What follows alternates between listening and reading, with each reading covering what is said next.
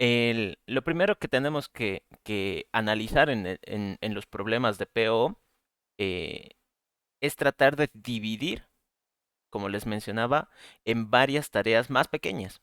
Por ejemplo, nosotros acá tenemos nuestro avance del 3 en raya, que lo vamos a seguir eh, desarrollando, ¿no? En las siguientes clases.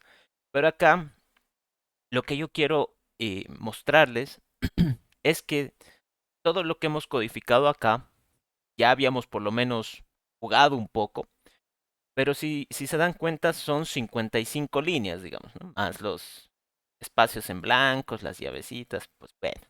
55 líneas hemos hecho y nuestro problema todavía no se ha solucionado. Todavía no hemos acabado.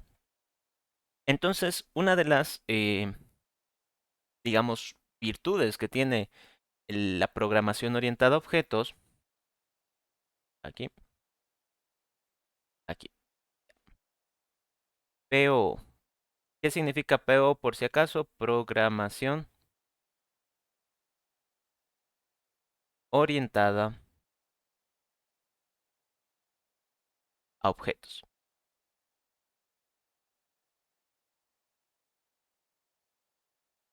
Ok, entonces acá un poco de conceptos de cultura general. La programación orientada a objetos tiene cuatro pilares. Cuatro pilares. A ver si me acuerdo todos. Sí, sí, me acuerdo. Uno de ellos estaba dudando, pero lo estaba pensando mientras hablaba.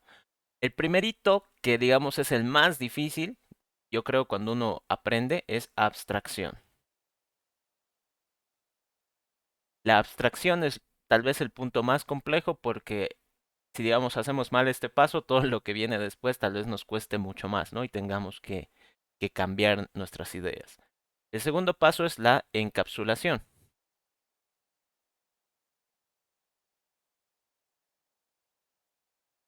O bueno, no el segundo paso, el segundo pilar. El tercer pilar es la herencia.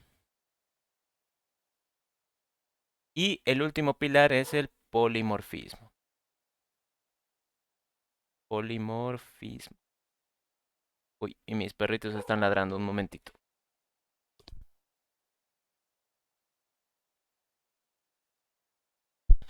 Ya, esa es la ventana para que no se escuche tanto. Ok, entonces cada uno de estos cuatro pilares los vamos a ir avanzando a su debido momento. Todavía queda bastante de semestre. La abstracción, así, digamos que los primeros que vamos a avanzar son estos dos. La abstracción, como les decía, tal vez es el más difícil cuando uno va aprendiendo. ¿Por qué? Porque este consiste prácticamente en la lógica. Por ejemplo, yo tengo un problema. Ese problema me cuenta la historia de Pepito, que quiere ir a comprar algo a la tienda, pero no sabe si su dinero le va a alcanzar y ha decidido realizar un programa que le ayude a saber si va a poder comprar X producto, ¿no? Entonces, como ven, ahí es una historia. Me podría haber alargado más, podría haber contado algo trágico, ¿no? Que la mamá de Pepito, que el tío de Pepito, que el primito de Pepito, no sé, podría haberme inventado cosas. Entonces, acá la abstracción consiste en la lógica, pero además nos dice que tenemos que concentrarnos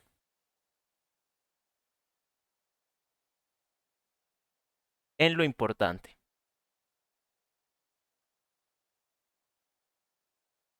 ¿En lo importante para qué? Para resolver el problema. Entonces, no sé si ustedes han llegado a ver los videos de Hola, soy Germán, pero había un video donde él hablaba de, creo, de los exámenes o del colegio, no recuerdo bien, pero él dice, ¿no? En clases algo así, ¿no? En clases te dicen 2 más 2 es igual 4, sí. 3 más 3 es igual 6, fácil. Llega el día del examen y ¿qué te dice? Un elefante rosado está en patines acelerando a 2 kilómetros por hora a una velocidad de 150 metros por segundo. Ah, ¿de qué color es el sol? Te dicen, ¿no?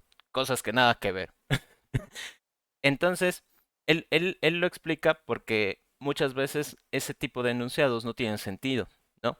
Te hablan de tantas cosas para que al final te pidan algo tal vez muy distinto a todo lo que te han estado contando. Entonces, esto de concentrarnos en lo importante quiere decir que vamos a tener una historia, ¿ok? Pero de esa historia hay que concentrarnos en lo que de verdad se nos está pidiendo, ¿no? Por ejemplo, yo les decía, tal vez Pepito, yo qué sé, es malo con las matemáticas, pero es bueno con la programación. Desde niño le gustaba armar rompecabezas, pero no le gustaba hacer sumas, no sé, me puedo inventar así varias cosas. ¿Cuál es el objetivo final? Realizar un programa para ayudar a Pepito con, digamos, hacer las compras, ¿no? En el supermercado. Entonces ahí la abstracción, como les decía, tal vez es el paso más difícil, ¿no? Porque tenemos que concentrarnos en lo importante y saber detectar esto cuesta. Aparte de esto, la abstracción, como decía, consiste en la lógica, concentrarnos en lo importante y también existe un paso acá adentro que es la modularización.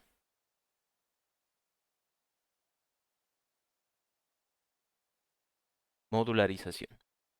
Entonces, yo creo que de acá muchos han debido llegar a conocer los rompecabezas, ¿no? Y digo muchos porque tal vez hay alguna excepción. Pero, ¿cuál es el chiste de los rompecabezas? Rompecabezas. Si ustedes han llegado a armar un rompecabezas, deben saber de que tienen sus, sus piezas, ¿no? Acá, digamos así, una pieza, ¿no? Me he inventado. ¿Cómo llego a armar un rompecabezas, por ejemplo, de 10 piezas? Ah, eso es pichanga, ¿no? Voy ensamblando las piezas para que todas queden juntas, ¿no? Y al final, no sé, me mostrará un dibujito, un paisaje, yo qué sé, ¿no? Entonces puedo ir armando pieza por pieza y termino resolviendo el rompecabezas. Pero si son 10 piezas es súper fácil, ¿no? No hay mucha complejidad ahí.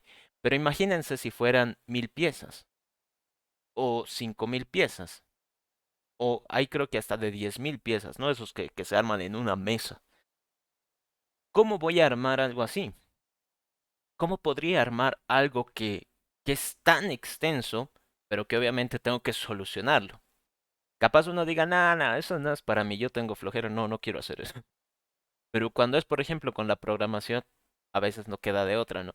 Tal vez te están pagando por eso, tal vez es un examen que tienes que resolver, ¿no? Para tu materia, y eso de no voy a resolverlo quizás no entra, ¿no? No es una respuesta.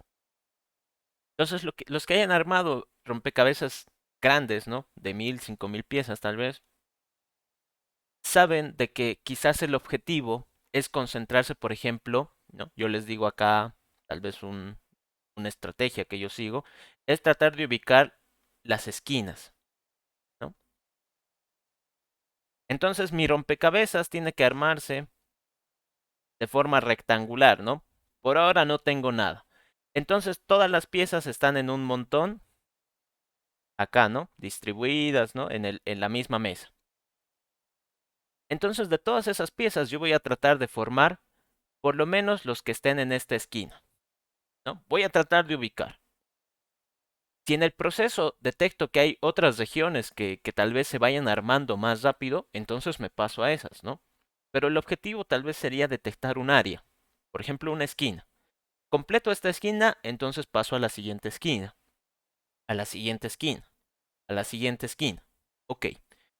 Luego de eso puedo avanzar un poquito más. Ahí, ahí, ahí, ahí, ¿no? Entonces, como pueden notar, con el tema de los rompecabezas puede haber varias estrategias, ¿no? Y a veces se los arma entre más personas, ¿no? No solo una. Pero lo que yo quiero mencionarles es de que cuando armamos rompecabezas, tratamos de concentrarnos en una parte del rompecabezas. No tratamos de solucionar todo de golpe, ¿no? Porque así no vamos a lograr nada. Tenemos que tratar de resolver una región primero, luego la siguiente, luego la siguiente. ¿En qué consiste esto de la modularización? Significa que nosotros vamos a dividir nuestro problema en varias partes. Prácticamente esto es las tareas que tengo que hacer para resolver un problema, ¿no?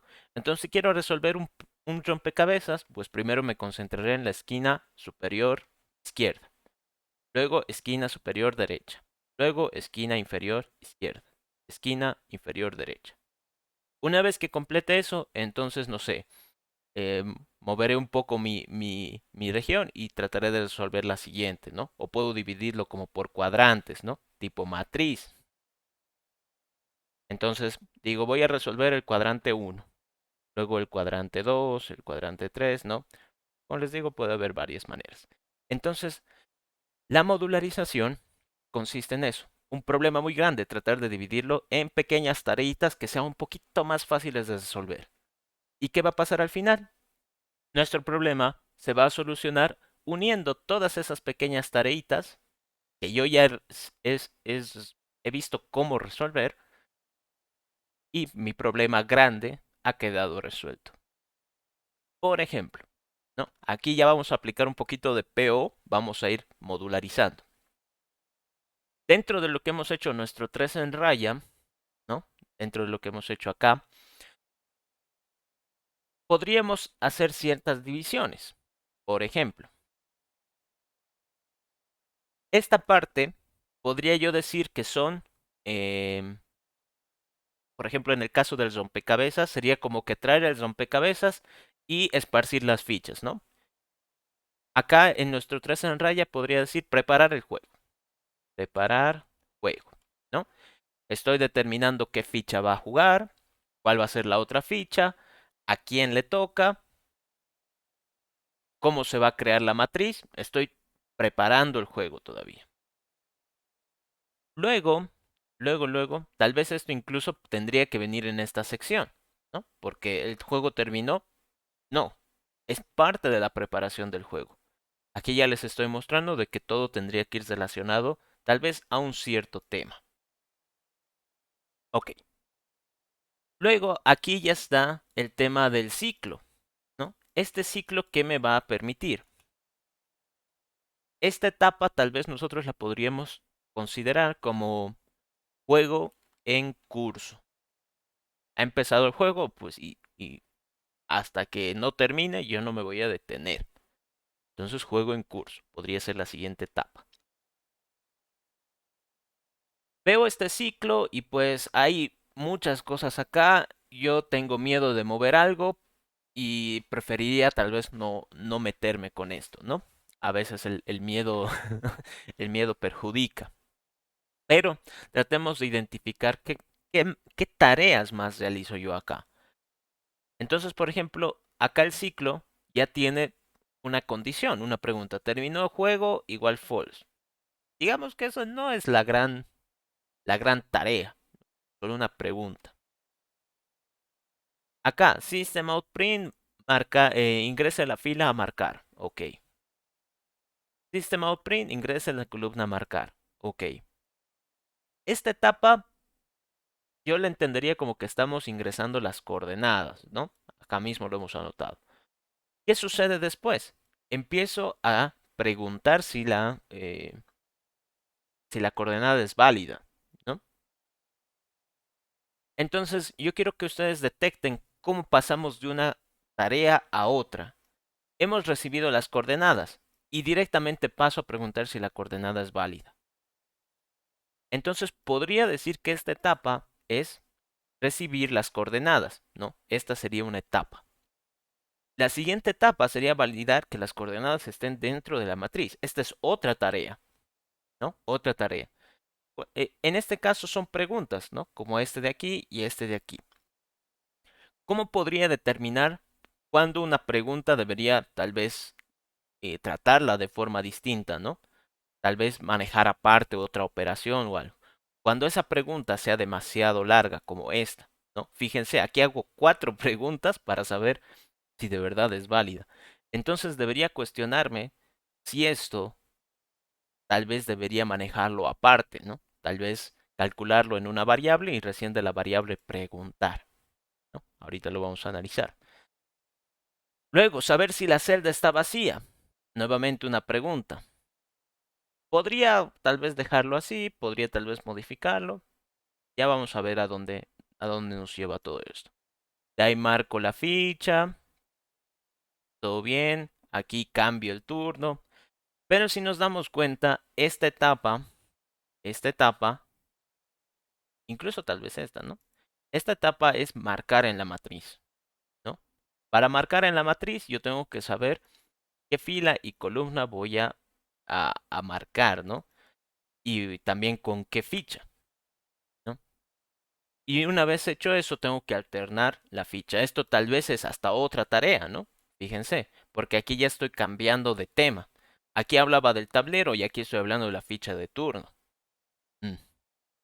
Entonces, ¿qué quiero que analicemos en esta parte? Hemos tratado de identificar, digamos, las etapas que nosotros hemos programado. ¿Cuál sería la idea de la modularización? Cada etapa, cada etapa, nosotros deberíamos sacarla a lo que se conocen como métodos. Entonces, desarrollando esta parte de la abstracción un poquito más a detalle, ¿no? Conceptualmente. Y caray, me ha salido medio fea esa abstracción.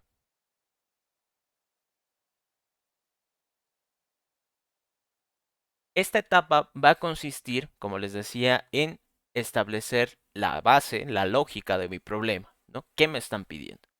Entonces, por ejemplo, en este caso yo tengo un 3 en raya.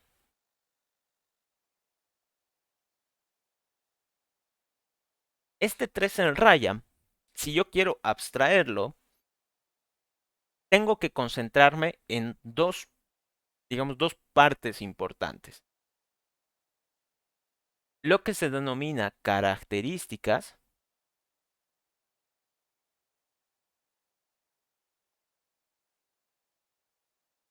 y que en programación, en Java al menos, se conoce como atributos. Para detectar esta parte yo me tengo que preguntar qué tiene en este caso digamos 3 en raya,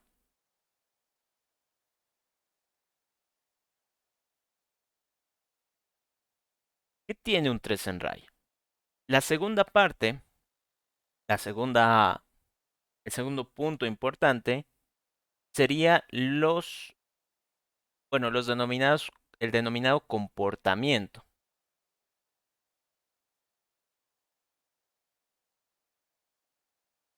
Y que en programación, en Java al menos, se llama métodos. Para esto yo tengo que preguntarme, ¿qué hace un 3 en raya?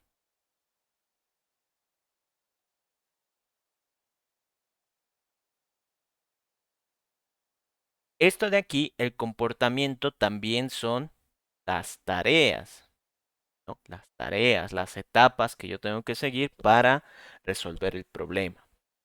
Lo puedo resolver todo en uno, como habíamos hecho hasta ahora.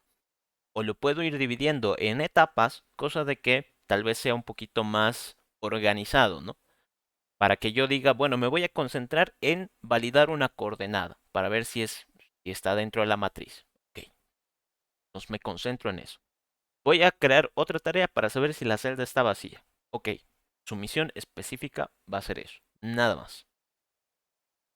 Entonces, acá con nuestro 3 en raya, cuando yo diga características, atributos que tiene 3 en raya, tengo que preguntarme qué tiene, ¿no? ¿Qué tiene un 3 en raya? Podríamos decir, un 3 en raya no se puede jugar si no hay tal vez un escenario, los palitos dibujados, ¿no? Aquí. Nosotros habíamos denominado que esto era el tablero, ¿no? Entonces no puedo jugar sin el tablero. Ok, digamos ya tengo el tablero, ¿cómo empiezo a jugar? ¿Cómo sé que estoy jugando? Si sé que estoy jugando es porque debe haber algunas marcas dentro del tablero, ¿no? Esas marcas son lo que nosotros denominamos las fichas. Podemos decir ficha 1, ficha 2 tal vez, ¿no? De los dos jugadores. Ok, entonces hasta el momento digamos que con eso yo ya podría tener un 3 en raya, ¿no? Como decir, he dibujado el tablero y digo ya, Pepito, tú vas a hacer X, yo voy a hacer O, ¿no? El círculo. Listo, empezamos a jugar. Creo que es lo mínimo que necesitaría. En el tema del comportamiento, ¿qué tareas voy a necesitar? Esto de acá lo voy a dejar en blanco para que otra vez simulemos. Y digo, cuando yo estoy jugando el 3 en raya, ya tengo mi tablero, está dibujado, la ficha 1 es la X, la ficha 2 es el círculo, ¿no? La O o el cerito, no sé. ¿Qué tengo que hacer? ¿Qué habría? ¿Qué puedo hacer con un 3 en raya? Obviamente jugar, ¿no? Puedo jugar. Tal vez aquí la palabra adecuada sea marcar, ¿no? Puedo marcar en el tablero. Marcar en tablero. Ok, pero aquí tengo mi tablero. ¿Cómo sé dónde marcar?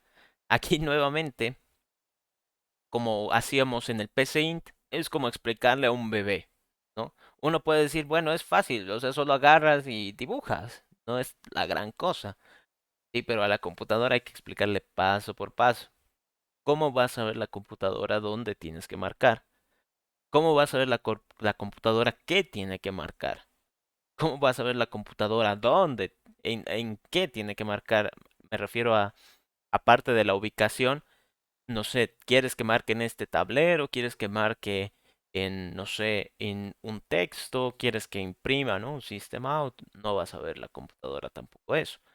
Entonces, para marcar en el tablero, yo también tengo que preocuparme de qué cosas voy a necesitar para esto. Como aquí digo, marcar en tablero, pues voy a necesitar el tablero mínimamente para esta tarea. Voy a necesitar también la coordenada. Todo esto es análisis que ya lo habíamos programado, ¿no? Para poder marcar en el tablero, yo ingresaba una coordenada, ¿no? X, Y. Y también tengo que saber a qué ficha le toca, a la ficha de turno. Necesito saber esas cosas. Ok, por lo menos para marcar en el tablero, mínimamente necesito esto. ¿Qué otra cosa más puedo hacer con el tablero, con un 3 en raya? Digamos que ya he empezado a marcar. Aquí está una X, aquí está la O, aquí está la X, aquí está, no sé, la O, aquí está la X, la O, la X y ha ganado. Ok, en este caso nosotros sabemos de que el juego ya ha terminado porque ya hay uno que ha hecho 3 en raya. Pero la computadora no sabe eso, no sabe que el juego ha terminado. Entonces, tal vez como parte de las tareas, ¿no? De qué puedo hacer un 3 en raya, qué puede hacer un 3 en raya, podríamos decir, no sé, saber si terminó el juego. Puede ser. Para ello, ¿qué voy a necesitar? Tal vez voy a necesitar el tablero, ¿no? Para revisar. Para revisar si de verdad hay algún 3 en raya en algún sentido, ¿no? Recuerden que el 3 en raya puede ser vertical, horizontal o de las dos diagonales. Si terminó el juego. Bueno, digamos que tal vez para esta tarea sería lo único que voy a necesitar. ¿Qué más? Digamos que por ahora es lo único que necesito. Todavía no vamos a entrar en detalles sobre ciertos casos especiales, ¿no? Por ejemplo, si terminó el juego, yo no debería poder seguir marcando, ¿no? Sería ilegal. O si tengo mi tablerito del 3 en raya, yo no puedo marcar dos veces con la misma ficha. O tres veces, ¿no? Eso sería ilegal. Entonces hay ciertas condiciones que nosotros las vamos a ir controlando más adelante. Iremos de a poco. ¿Dónde está? Sí, acá. Para ser un poco más ordenados, bueno, y una cosa, una cosa que me he olvidado decirles, las características o atributos suelen ser valores, ¿no? Por ejemplo, el tablero, su valor que va a ser una matriz. La ficha, su valor que va a ser un carácter.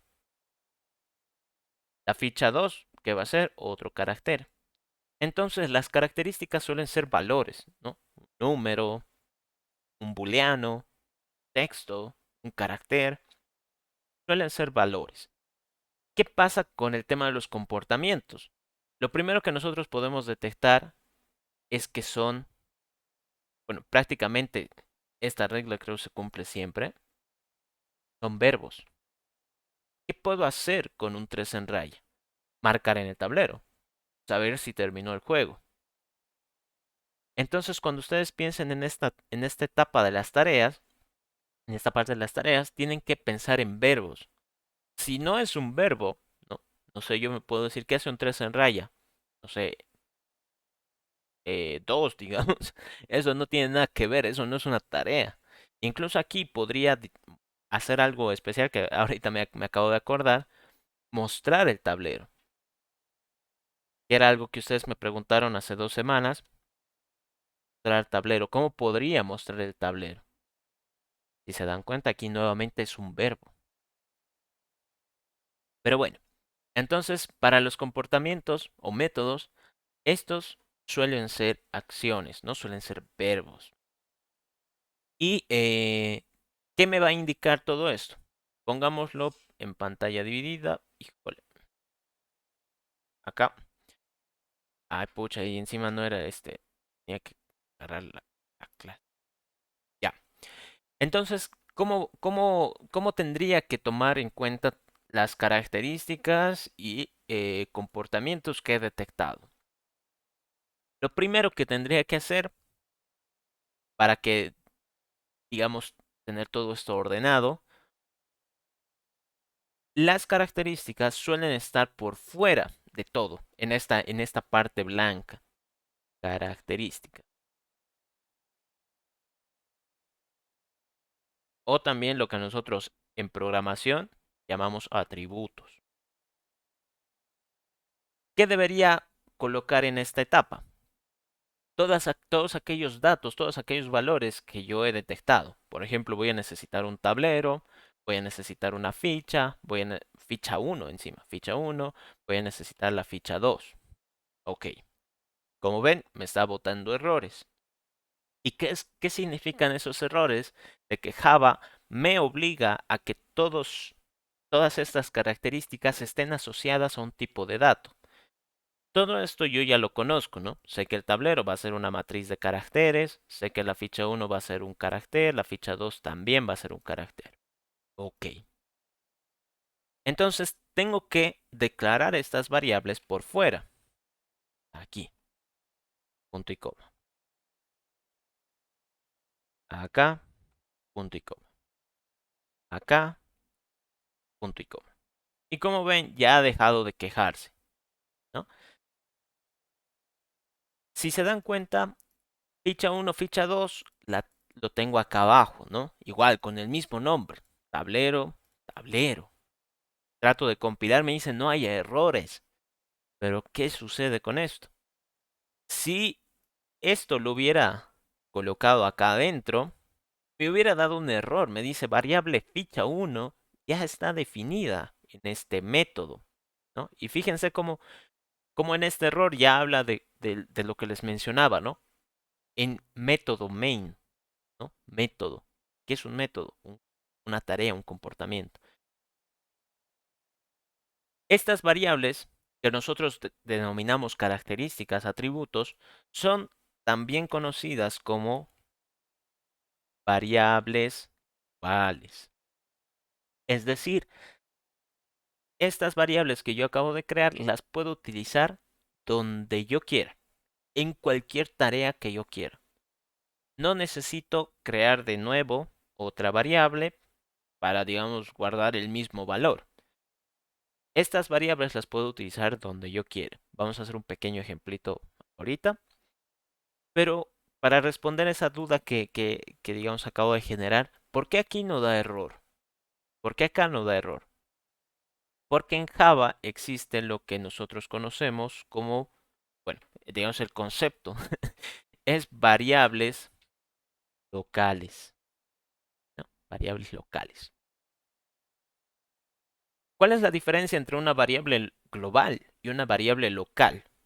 es, por ejemplo, no sé, eh, hubiera,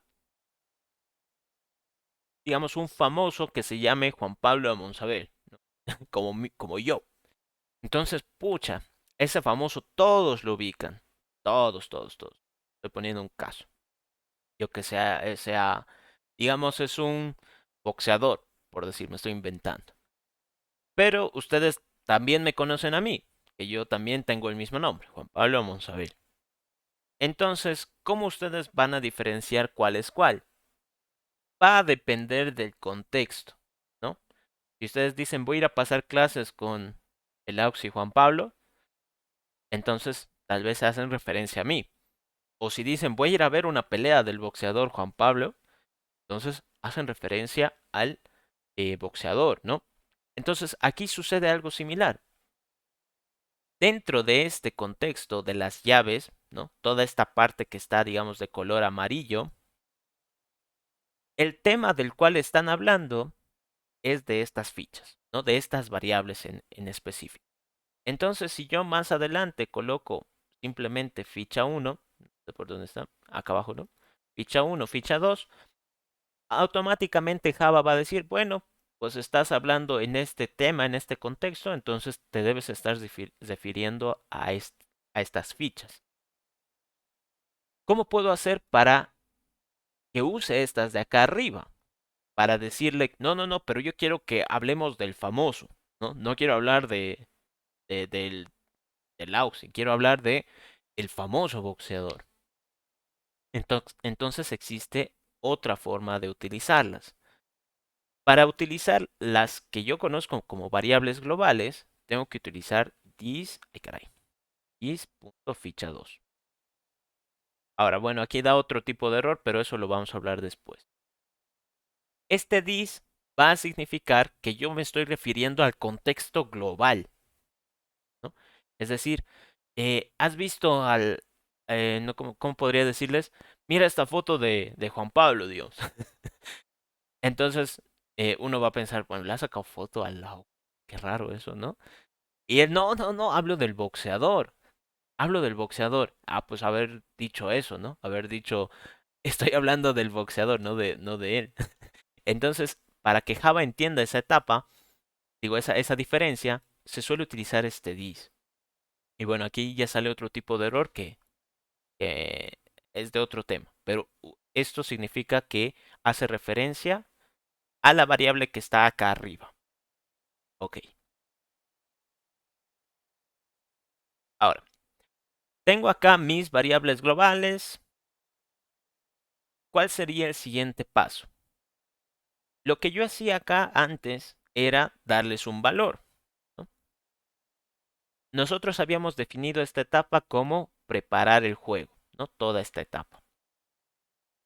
Le digo que la ficha 1 va a ser X, la ficha 2 va a ser el O. ¿A quién le toca primero? Pues a la ficha 1. Esa ficha va a empezar el juego. Voy a crear la matriz. Y de momento digamos que no ha terminado el juego, ¿no?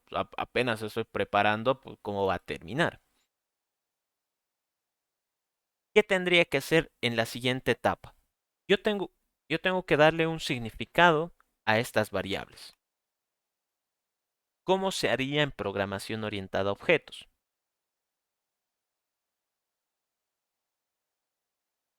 Acá habíamos visto en abstracción de que las características son los datos que voy a necesitar y el comportamiento, las tareas.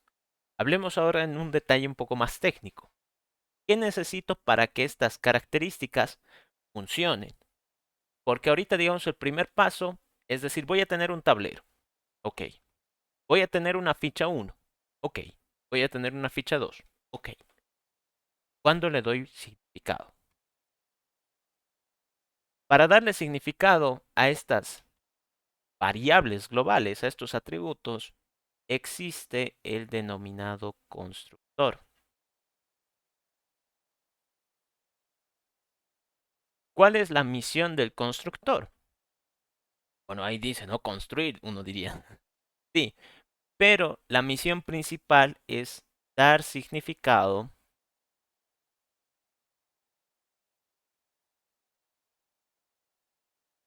a los atributos.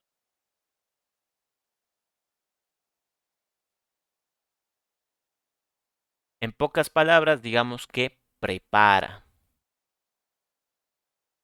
Prepara lo que sea que esté haciendo. En este caso estoy hablando de un 3 en raya, entonces va a preparar el 3 en raya.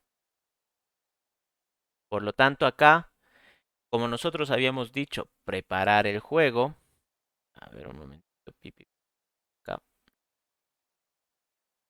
Lo que yo voy a necesitar para preparar mi juego es el constructor. ¿Y cómo defino un constructor? El constructor cumple la propiedad de que tiene que tener el mismo nombre que la clase. El mismo nombre. Ahí está, lo he pegado. ¿Cómo hago para que funcione? ¿No? Porque ahorita si lo muevo me va a empezar a dar un error. Lo que yo tengo que colocar acá es paréntesis, llaves. Si se dan cuenta, acá abajo dice main, paréntesis, aquí dice string args, que no sé para qué funciona, y llaves. Cuando nos salió un error hace rato, decía método main. Método main. Entonces, esto de acá, esto que nosotros escribíamos en forma automática, es un método. Es una tarea, es una acción que Java entiende para que nosotros podamos ejecutar. Prácticamente esta tarea sería como decir ejecutar el juego. Es una acción, es un verbo. Y Java lo entiende de esa manera. Esto de acá, por el contrario, no es un verbo. Es más, o sea, dice 3 en raya, eso no es un verbo. ¿Por qué tendría que ser considerado un método? El constructor es un método especial que, como les había mencionado, prepara todos, digamos que su misión principal sería preparar las variables globales, los atributos, para que el juego, o bueno, para que, digamos en este caso, el 3 en raya funcione. Entonces yo aquí tendría que decirle el tablero va a ser igual a qué? A una nueva matriz de 3 por 3. La ficha 1 va a ser igual a X. La ficha 2 va a ser igual a 0, creo que no, a la O mayúscula. Ahí está. Y fíjense, todo funciona. Acá ya podemos ver un caso un poquito más práctico de a qué me refiero con variables globales. Yo las puedo utilizar donde yo quiera.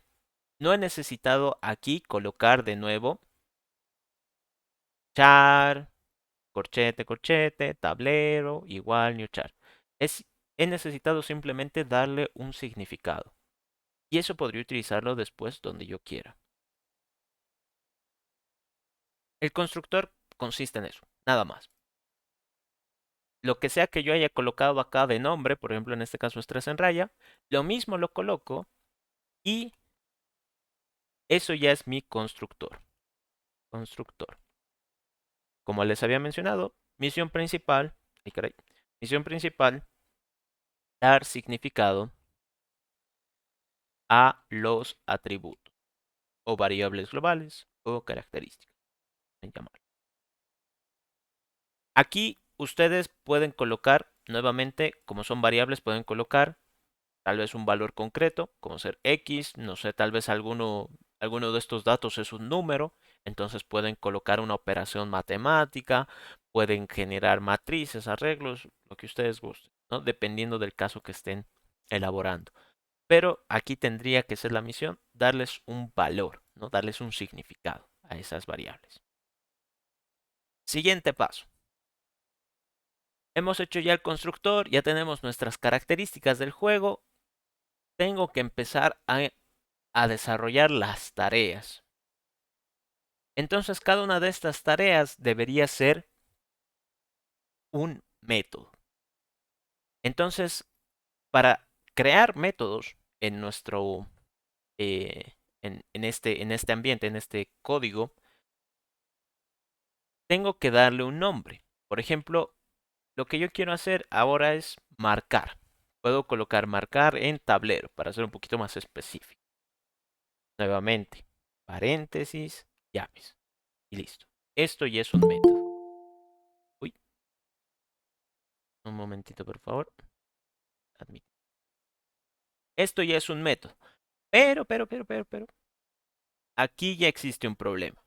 Fíjense. Invalid Method Declaration. Return Type Required. Significa que mi Java no está entendiendo lo que le estoy tratando de decir. Yo he detectado que necesito una acción, una tarea. No, nuevamente estamos tratando de dividir todo este problema del juego del 3 en raya en pequeñas tareitas. Y esta tarea consiste en solo marcar en el tablero. Pero me dice inválido. Y me dice return type, ¿no? ¿Qué tipo de retorno requerido? Entonces Java lo que necesita para entender que esta tarea se va a realizar, necesita saber qué tipo de resultado vas a tener. Fíjense acá, esto nosotros ya habíamos visto de que era un método, por el error que nos salió hace rato, ¿no? Nos dijo método main. Entonces, pequeño spoiler, esto ya era un método. Pero si me fijo acá, aquí dice public, aquí dice static, aquí dice void y dice main. Acá dentro de los paréntesis hay algo y luego abre llaves. ¿Por qué? ¿Por qué tengo la necesidad de colocar todas estas cosas? ¿Por qué directamente no coloco main y ya? Como con el constructor. Entonces, con el tema de los métodos, existen ciertas pautas que debemos tener en cuenta. Primero que nada, el constructor, este es considerado tal vez el único método especial.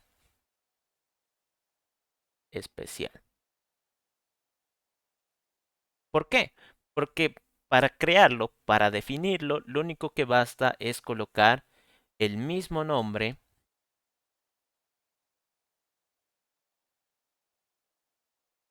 de la clase. De la clase. ¿Y a qué me refiero con nombre de la clase? Lo que está aquí arriba, ¿no? Acá. Tiene que tener el mismo nombre y ya es suficiente. No necesita más.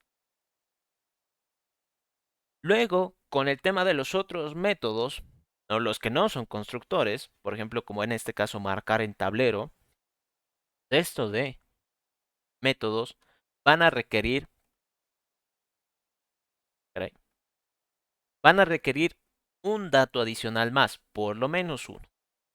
Entonces, analicemos esto que ya tenemos creado. Voy a sacarle una fotillo. Acá. Acá la pego. ¿Y qué significa todo esto? A ver, pip. Esto que dice public, ¿qué significa? Esto que dice static, ¿qué significa? Esto que dice void, ¿qué significa? Esto que dice main, ¿qué significa? Esto que está dentro de los paréntesis, ¿qué significa? Esto que dice public es el encapsulamiento.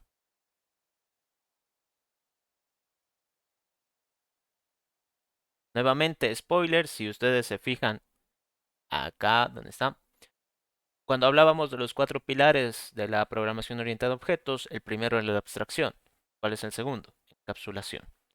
Entonces, esta palabrita que dice public es el encapsulamiento. Por ahora no lo voy a avanzar para que no les bombarde con tanta información.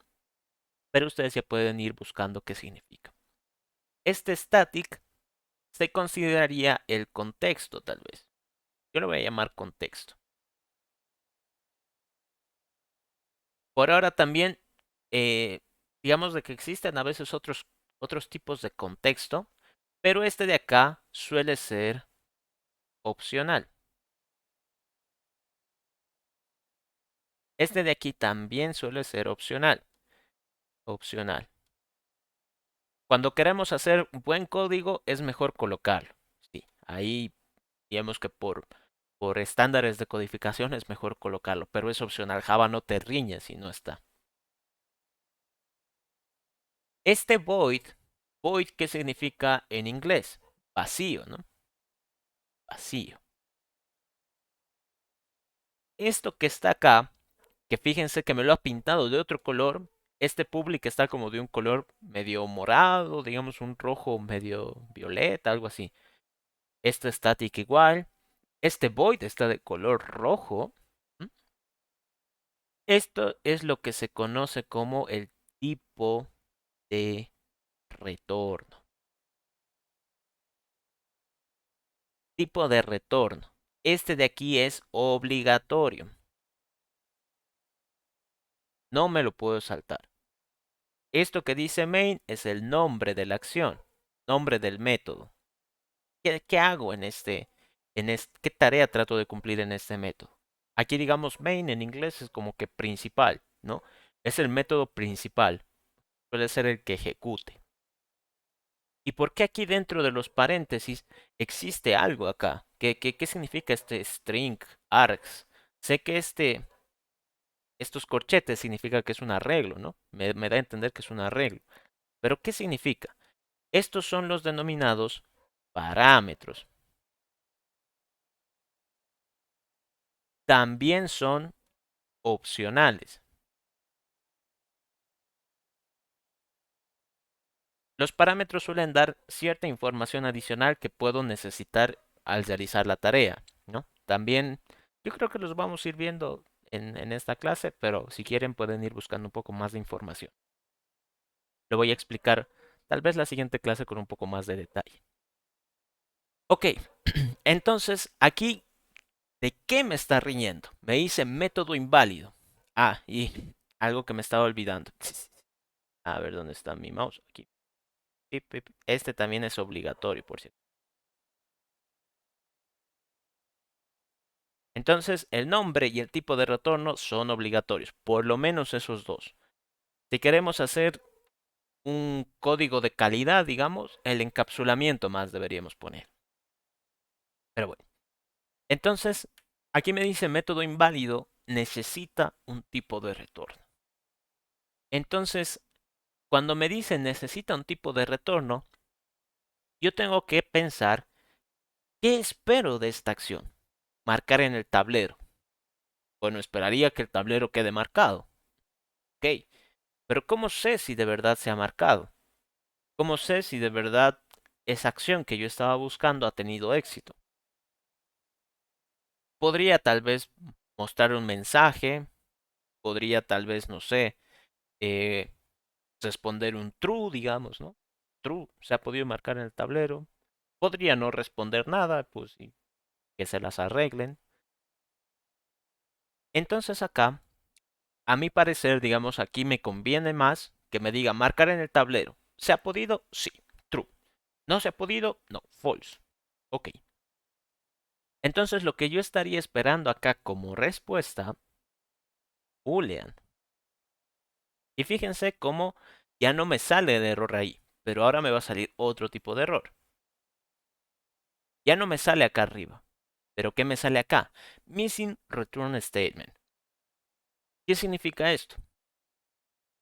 Yo le estoy diciendo a Java, esta tarea me va a responder, ojo, me va a responder un boolean, es decir, un true o false, dependiendo de pues lo que tenga que hacer acá, ¿no? Pero me va a responder eso, un true o un false. Pero ¿qué estoy viendo yo acá, digamos, en el interior de este método? Nada, no hay nada que me responda lo que yo estoy prometiendo, ¿no? Un true o un false. Entonces acá, digamos, no sé, me creo, por ahora, digamos, ¿no?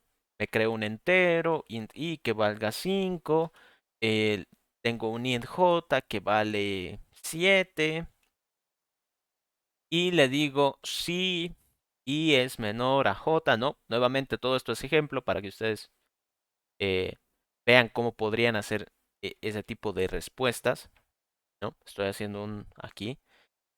Lo que haríamos antes, ¿no? Lo que hubiéramos hecho antes es, ok, si i es menor a j, entonces system.out.println,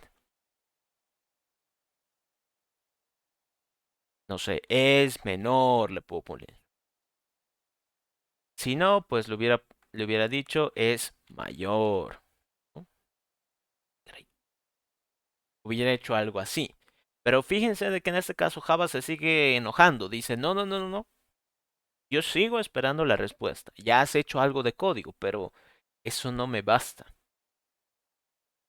Entonces, cuando nosotros hacemos este tipo de división en pequeñas tareitas, y obviamente si va a generar una respuesta, si le hubiera puesto void, aquí para que vean el caso, ¿no? Si le hubiera puesto void, no me riñe, ¿no? No me riñe. ¿Por qué? Porque void significa vacío, es decir, no espero respuesta.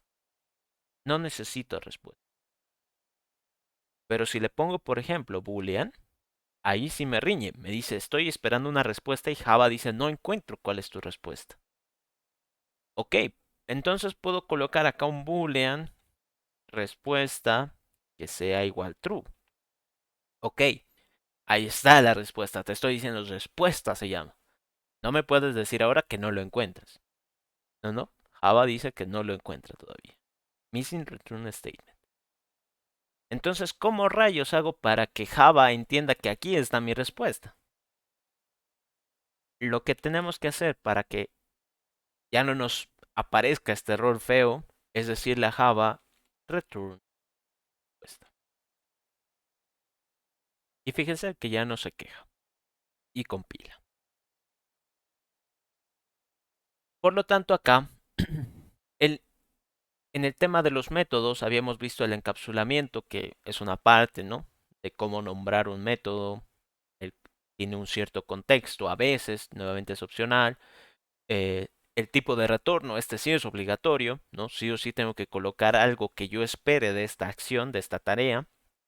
El nombre, que también es obligatorio, ¿no? No, Java no va a entender que hace esta, esta tarea, ¿no? Si no le da su nombre. Y los parámetros también que son opcionales.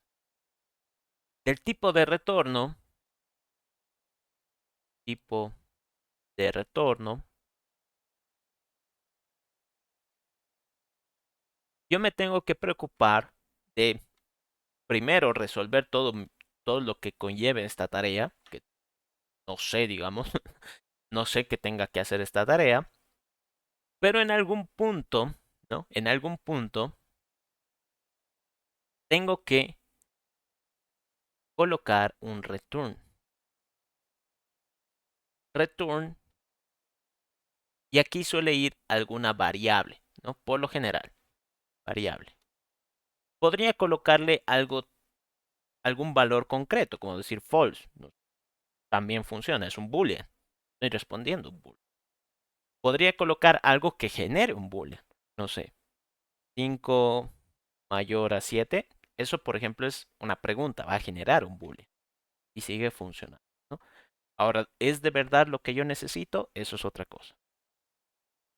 Entonces, acá, en el tipo de retorno, la palabra return es la que va a ayudar al método a saber qué tiene que responder. Esta es la palabra clave, por así decirlo. Y si se fijan, hasta está de un color distinto, medio moradito, rojo, beta, algo así, ¿no? Entonces, o guindo, no sé. Bueno, yo de colores no entiendo mucho, pero algo así. Ahora, ¿qué pasa en el caso de void? Entonces aquí tendría que decir return algo siempre y cuando el tipo de retorno no sea void,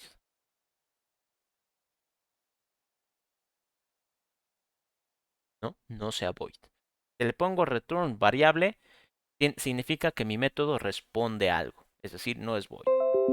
Ahora, si fuera void, entonces no me va a reclamar nada. Si el tipo de retorno,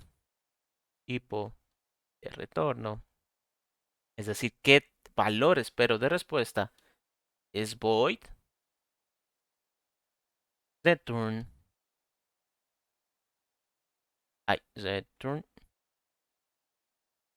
no es necesario. No es necesario, para nada. Ahora, tratemos de acabar por lo menos este de marcar tablero, ¿no? ¿Qué tengo que hacer yo para marcar en el tablero? Me fijo esta parte. No lo voy a ir borrando todavía esto, pero el objetivo sería que el método main quede lo más limpio posible, o sea, sin tanta cochinada. ¿Cómo haría para marcar en un tablero? Me fijo la etapa, por eso también era importante, ¿no? Tratar de definir qué etapas había en lo que había programado. Ay. Y aquí, por ejemplo, decía, necesito recibir las coordenadas, ¿no? Necesito recibir las coordenadas. Entonces, si voy a marcar, voy a necesitar esta parte. La voy a colocar así tal cual, de ahí vemos si nos sirve o no nos sirve. Acá. Fíjense lo primero. Me dice leer. ¿Qué es leer? Un declared variable, ¿no? Variable no declarada. No entiendo qué significa ese leer. No entiendo qué quieres hacer. Entonces, analicemos. ¿Por qué aquí abajo funcionaba? Leer.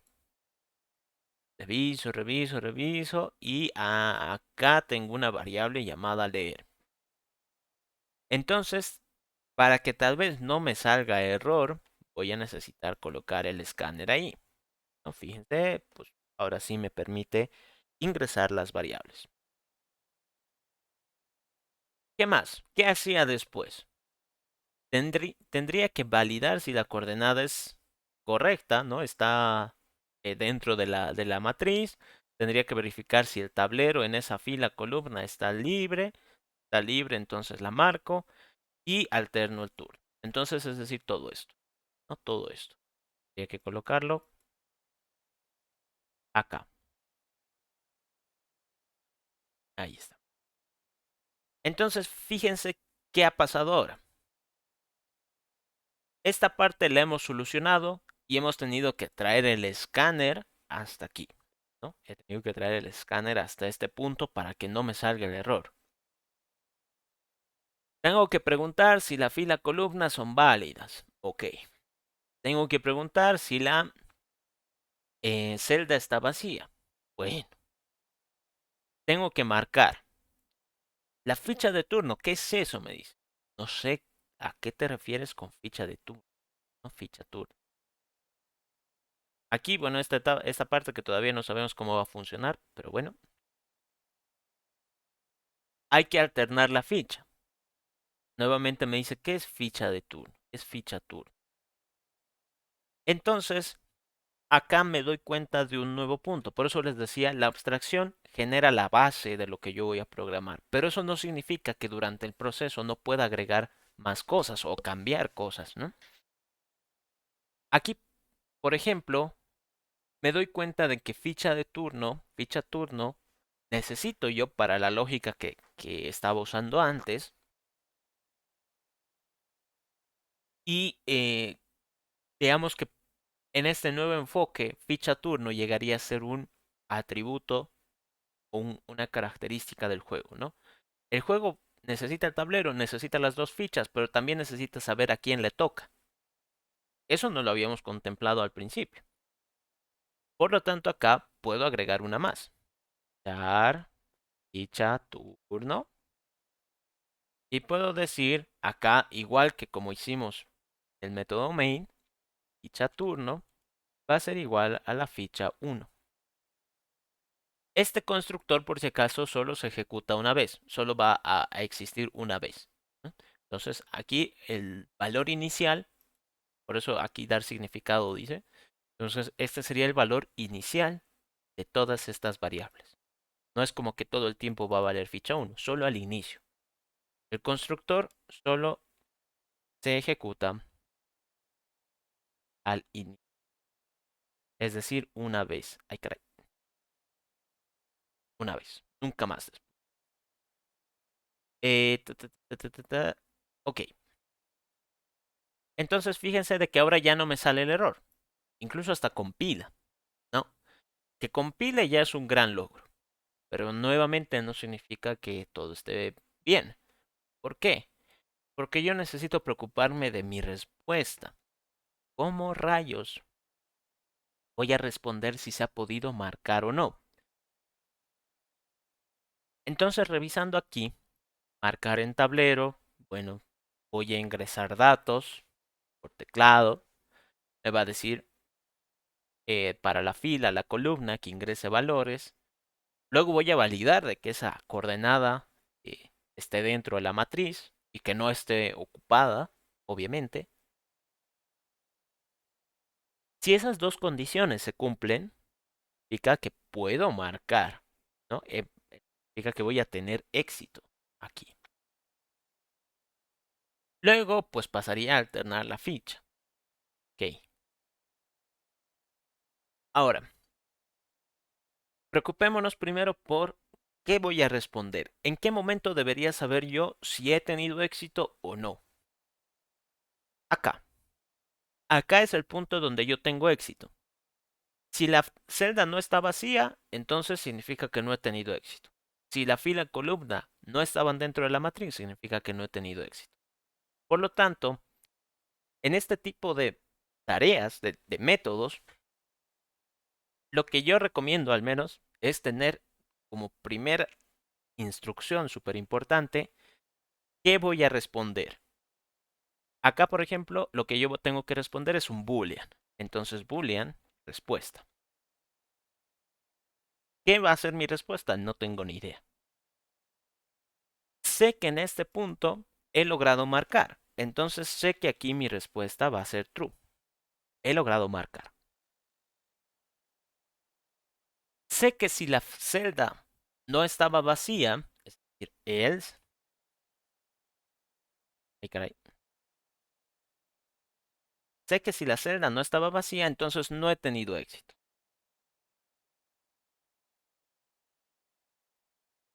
Sé que si la fila y columna no hubieran estado dentro del rango de la matriz, tampoco hubiera tenido éxito. Entonces, pip, respuesta igual false. Por lo tanto, para este punto, cuando yo tenga que responder algo, ya tengo mi variable respuesta. Y ahí está. Correcto. Pero. Acá el objetivo de hacer todo esto, como les había mencionado, es modularizar. Dividir en tareas pequeñitas que cumplan un objetivo concreto. Acá, este método que se llama marcar en tablero, está marcando en el tablero. Sí, pero, pero, además se está preocupando de recibir las coordenadas. Además, se está preocupando de validar si es una coordenada correcta. Y además, se está encargando de alternar la ficha. Es decir, esta tarea que yo estoy pensando de que cumpla con un solo objetivo, en realidad está haciendo, creo, 4 tareas en una. Esta es una pequeña pauta que ustedes tienen que seguir eh, para cuando darse cuenta si van a necesitar más o menos tareas, ¿no? Entonces aquí, ¿qué puedo hacer yo? Fíjense que toda esta parte, estas dos preguntas, básicamente es para saber si la coordenada que he ingresado es correcta, ¿no? Está dentro de la matriz y está vacía. Entonces, ¿por qué mejor no crear otra pequeña tareita que sea coordenada válida? O si ustedes, eh, no sé si quieren verlo como una acción, porque les había dicho no son verbo, es coordenada válida, ¿no? Ahí tiene un verbo ser, ahí. Entonces, ¿cómo podría saber yo si de verdad es una coordenada válida? Necesito que esto me responda un boolean. Es decir, tiene que decirme true o false, dependiendo de lo que yo le pida. Por lo tanto, acá tendría que utilizar estas mismas condiciones. Las voy a copiar. Ay, caray.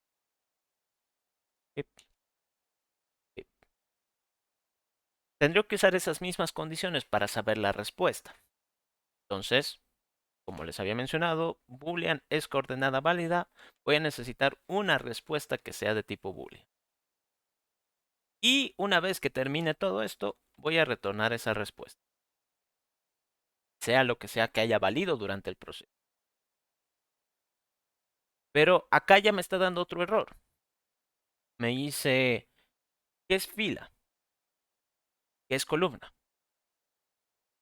No sé a qué te refieres. Ahora, si yo acá digo, bueno, fila, columna son lo que yo he ingresado por teclado, puedo copiar esta parte. Puedo copiar esta parte. Fíjense que ya el error ya no aparece. Entonces podría decir, si la fila es mayor o igual a 0 y la fila es menor a 3 y la columna es mayor o igual a 0 y la columna es menor a 3 y la celda está vacía, significa que es una coordenada válida. True. Para cualquiera de los otros casos, mi respuesta va a ser false.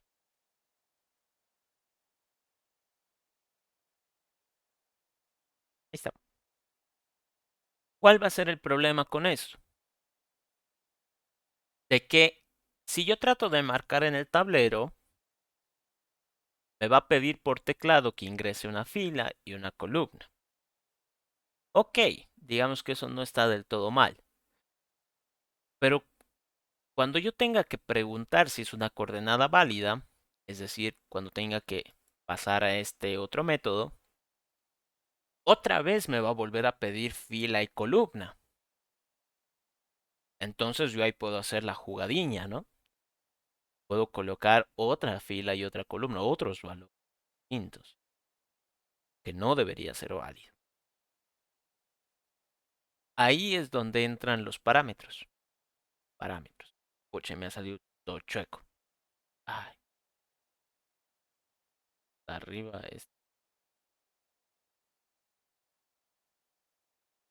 habrá ido hasta arriba. Aquí. Ahí. Ahí es donde entran los parámetros. ¿Qué es el parámetro? Es información adicional que yo puedo necesitar para resolver un problema. Entonces, aquí, si yo quiero saber si una coordenada es válida, yo había colocado estas líneas para que ya no me salga el error. Pero,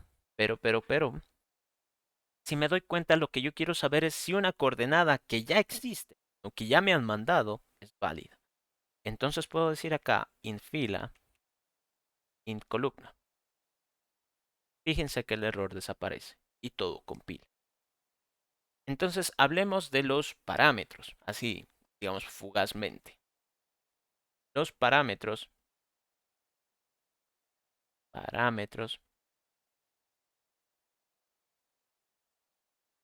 son denominados información adicional. Ay, caray. Información adicional. Bueno, no son denominados, es digamos el concepto que tiene un parámetro. Es información adicional para un método. Entonces, ¿por qué digamos no necesito colocar el escáner acá? Porque va a existir esa redundancia. Yo estoy pidiendo en el marcar que ingresen coordenadas por teclado. Ok. Pero si aquí también vuelvo a pedir, no tendría sentido. O sea, es como que tengo que confiar de que el usuario va a colocar las mismas coordenadas. No.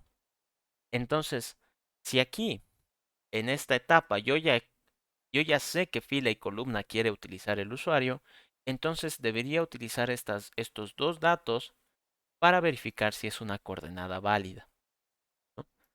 Entonces, ahí es información adicional. Este método no se debe, no se debe preocupar por obtener la fila y columna. Directamente le llega, ¿no? Directamente van a aparecer ahí, mágicamente. ¿De dónde ha salido? ¿Cómo las han obtenido? No le interesa. Pero esta tarea no va a funcionar si no hay fila ni columna. Véanlo de esta manera. ¿Cómo voy a armar un rompecabezas si no tengo el rompecabezas? No tiene sentido, ¿no? Entonces, ¿cómo voy a verificar si una coordenada es válida si no tengo la coordenada?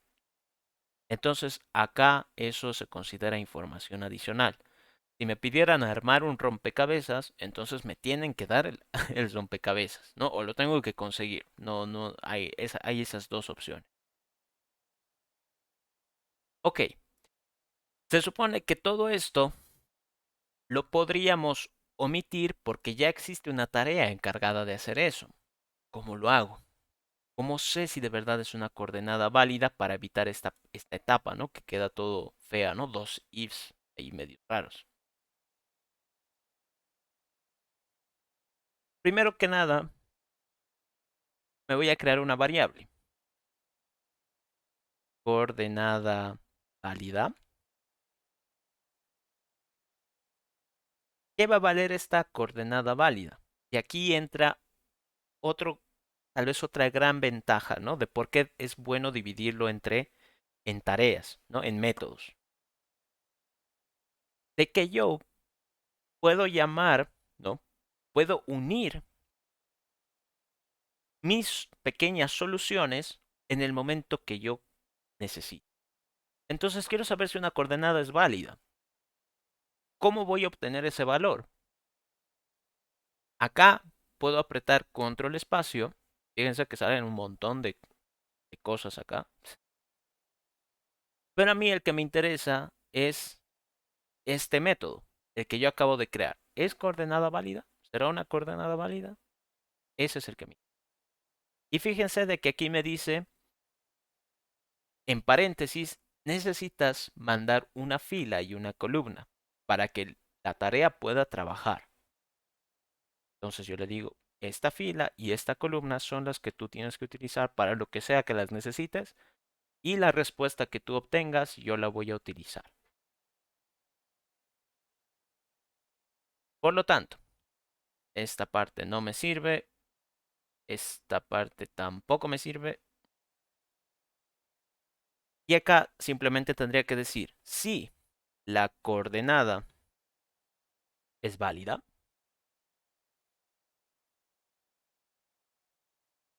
porque ya tengo la respuesta, ¿no? Acá, ya he generado la respuesta. Si la coordenada es válida, entonces, ¿qué hago? Todo esto.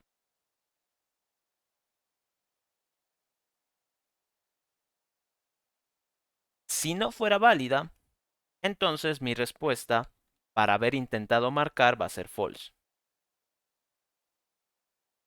Entonces, fíjense aquí de que ya ese doble if que teníamos todo feo se ha reducido a usar una variable. ¿Y esa variable a quién está llamando? A esta pequeña tarea, pues que esta sí tiene el doble if, ¿no? Esta, digamos, no me salvo. Pero esta tarea ya está concentrada en un solo objetivo, saber si la coordenada es válida. No, no se encarga de nada más, no le interesa nada más, solo hace eso. Y este marcar tablero todavía tiene este problema de la fila columna, pero bueno.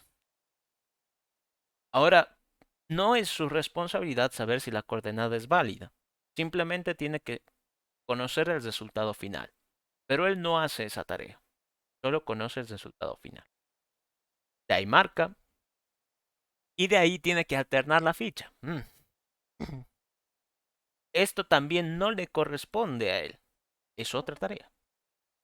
Entonces puedo crear acá otro que sea alternar, porque es una acción, tengo que cambiar al que le toca al siguiente turno. Entonces, aquí, para alternar la ficha, voy a necesitar esto, nada más. Pero en este caso, el alternar ficha, ¿cómo sé si tengo que tener una respuesta? ¿Necesito una respuesta de esto? ¿Va a generar tal vez algún dato relevante que yo tenga que utilizar después? En realidad no, porque el alternar ficha es como que, bueno, le tocaba la ficha 1, le toca la ficha 2. No hay más misterio, no hace nada más. Entonces aquí yo podría decir, este método no me tiene que devolver nada. No me interesa, no va a generar nada que yo necesite después. Entonces es un void, vacío. Y listo. Entonces, Aquí he marcado el tablero. Como he marcado, mi respuesta sería true. Y cuando tenga que terminar el turno, simplemente digo alternar ficha. Punto y coma. Nunca se olviden del punto. Noten que aquí cada tarea que he ido dividiendo en un método la puedo llamar. ¿No? La puedo llamar. ¿Eso qué significa? Es una acción que existe en programación y prácticamente muchos de los lenguajes lo utilizan, que es la llamada a métodos. Entonces, si yo aquí tengo un método A, ay, método A, método, método A, que hace alguna cosa, no sé qué, y tuviera acá un método B,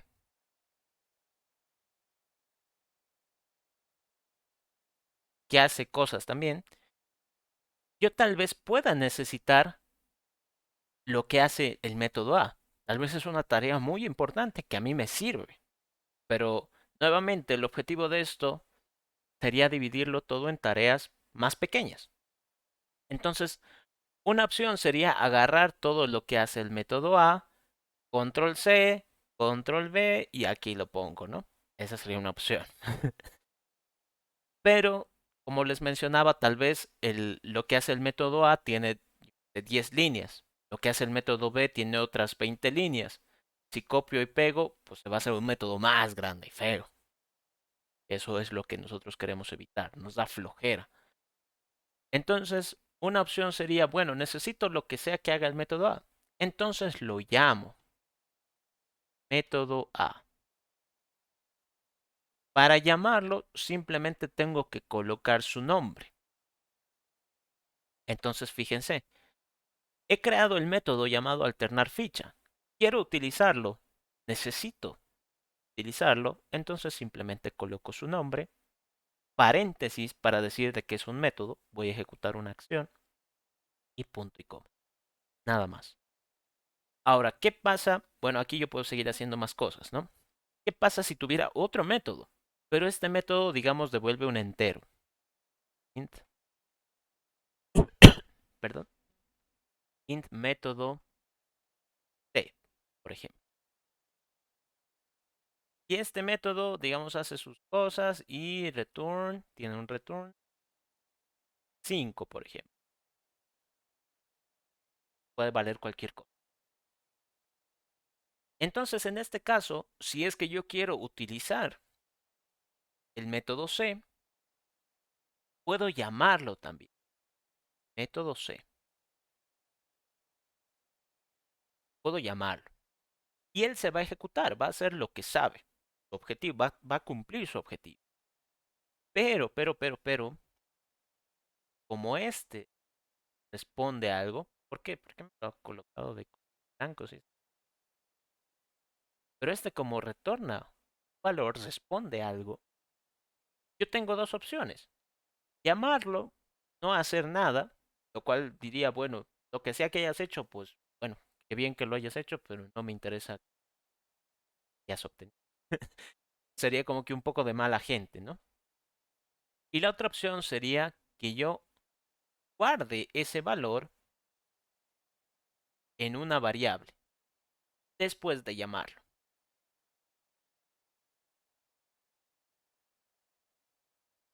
Acá. Entonces, como esto va a generar un valor, va a generar una respuesta, eso yo puedo inmediatamente guardarlo en una variable, tal y como hemos hecho en esta parte. Tengo un método que me va a responder si es una coordenada válida o no, y eso va a generar una respuesta. Fíjense que si yo le quito esta parte, va a seguir, bueno, aquí me va a dar, lo voy a comentar. Ay, voy a hacerlo de nuevo para que no quedemos con. Fíjense de que aquí la línea 60 ¿no? No me bota ningún tipo de error. porque en realidad no estoy incumpliendo ninguna regla. Estoy llamando a un método para que, digamos, él haga lo que sabe, estoy dando lo que necesita y ya. No me interesa que haya obtenido, si ha obtenido algún valor, no me interesa. Pero, pero, en esta otra línea, aquí genera un valor y ese valor sí me interesa. Quiero guardarlo. ¿Por qué? Porque esa va a ser mi respuesta para saber si es una coordenada válida o no. Entonces, siempre ustedes fíjense que cuando creen un método, llamen, si responde algo, traten de guardar ese valor. No está de adorno. Si estuviera tal vez como que no fuera relevante lo que sea que esté ahí adentro, tal vez sería de tipo void, como este de alternar ficha. En este de alternar ficha yo no espero ningún resultado, simplemente sé que va a cambiar de una ficha a la otra. No es la gran cosa. Pero en este de saber si una coordenada es válida, ahí sí me interesa. Sí me interesa saber porque me va a decir si está dentro de la matriz, está vacía. Y listo. Entonces las llamadas a métodos son esos. Nosotros hemos definido tareas más chiquitas y esas tareas más chiquitas las voy a ir uniendo. Para eso sirve la llamada a métodos. Las tareas chiquitas me están sirviendo para resolver un problema más grande. Si se fijaban acá, el método marcar en tablero era bastante extenso y yo les decía, se está ocupando de muchas tareas. Se está ocupando de muchas tareas y al final su único objetivo es este, nada más. Es estas dos líneas. Entonces él debería utilizar tareas más pequeñas para completar esta tarea que al parecer había sido grande. Y eso. Ahora, ¿cómo podría probar si de verdad todo esto funciona? Primero que nada, le voy a poner acá un punto de quiebre. Aquí. Para probarlo, ya no tenemos que hacer clic en este. Este de aquí, por ahora, no lo vamos a utilizar. Tenemos que hacer clic en este. Arriba. Y esto de acá me va a generar este rectangulito rojo, piado. Y acá lo que yo tendría que seleccionar es la tarea que quiero utilizar. Fíjense de que aquí están varias tareas, ¿no? Es coordenada válida y dice que necesita una fila y una columna. Alternar ficha, puedo ejecutar esas para probar, pero la que quiero ver si funciona es marcar en tablero. Y ahí está. Entonces, he puesto el punto de quiebre acá, está pausado, voy a ir un paso, dice ingresa una fila, ok. Voy a ingresar, a ver, de fila 1, va a ir al siguiente, va a necesitar una columna, voy a decir no, y acá es donde yo quiero. Necesito saber si es una coordenada válida. Cuando les había mostrado esto de que ustedes pueden colocar pausa y ir paso por paso, aquí abajo hay varios botones. Este es el que solemos utilizar, es como que ir al siguiente paso. Estos otros dos, bueno, terminar yo creo que entienden, ¿no? Estos otros dos significado tendrán. El entrar en ayuda cuando nosotros tenemos llamadas a método. Entonces, por ejemplo, yo quiero saber cómo va a funcionar este método. Si le doy paso, se va a saltar y va a obtener la respuesta directamente. En realidad no sé si ha funcionado bien. Pero si yo le doy entrar en, me lleva al método. Y fíjense, aquí este método no se está ocupando de obtener la coordenada. Ya le está llegando. Dentro de los atributos. Ya le está llegando. Aquí pregunto si esta coordenada está dentro de la matriz. Está dentro de la matriz. En la matriz, esa posición será una coordenada vacía. Sí, la respuesta. Y como ven ahí, tengo mi respuesta que significa true y termina. Esa pequeña tarea se ha completado exitosamente y como ven acá, coordenada válida, la coordenada será válida, sí. Voy a marcar, sí. La respuesta sería true porque logró marcar, sí. Y alternar ficha. Fíjense de que acá, esta vez no voy a entrar, voy a darle un paso. ¿Qué habrá hecho ese método? No tengo ni idea. Pero de que ha salido con éxito, pues ha salido éxito. Si no hubiera salido un error.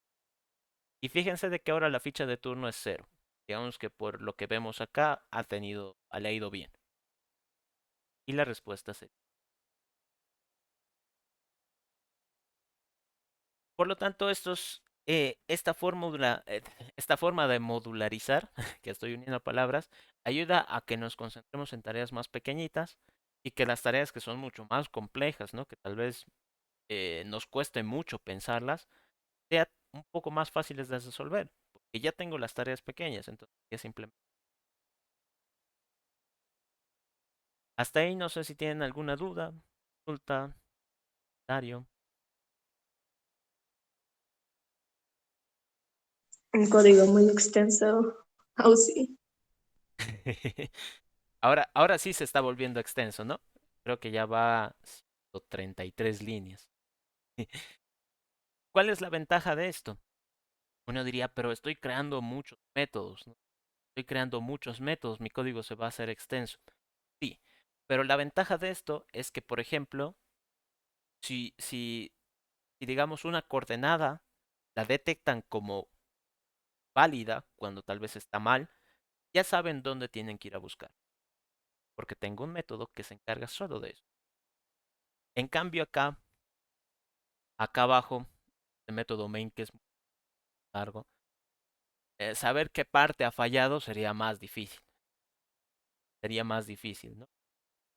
El caso que yo les pongo de la coordenada podría haber fallado aquí, o podría haber fallado aquí, quizás aquí, no sabemos.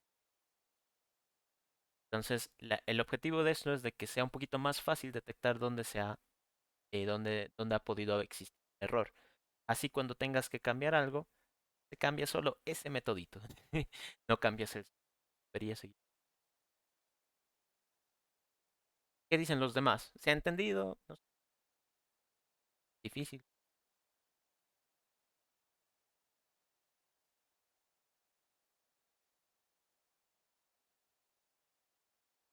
Ok. Creo que todos siguen impactados por semejante avance. Bueno, Ingeniero, Ausi, ¿podría por favor enfocar? Estaba tratando de hacer en la computadora, pero ay, ay, ay. me he hecho bola. Me he quedado ya tendida y todo esto. Ya. Igualmente les voy a compartir esto. Ahorita lo comprimo, se va a estar procesando el video y todo, y lo voy a publicar en el Classroom. Entonces, bueno, lo puedo dejar ahí de fondo. Entonces van a tener ahí acceso a todo el código. Ya, Ya, gracias, Ausi. está bien, no hay de qué. Ok, entonces estaríamos terminando nuestra clase del día de hoy. Nos vemos el siguiente sábado. Cualquier duda, consulta, voy a estar atento al Classroom. Ok, tengan un buen fin de semana. Chao, chao.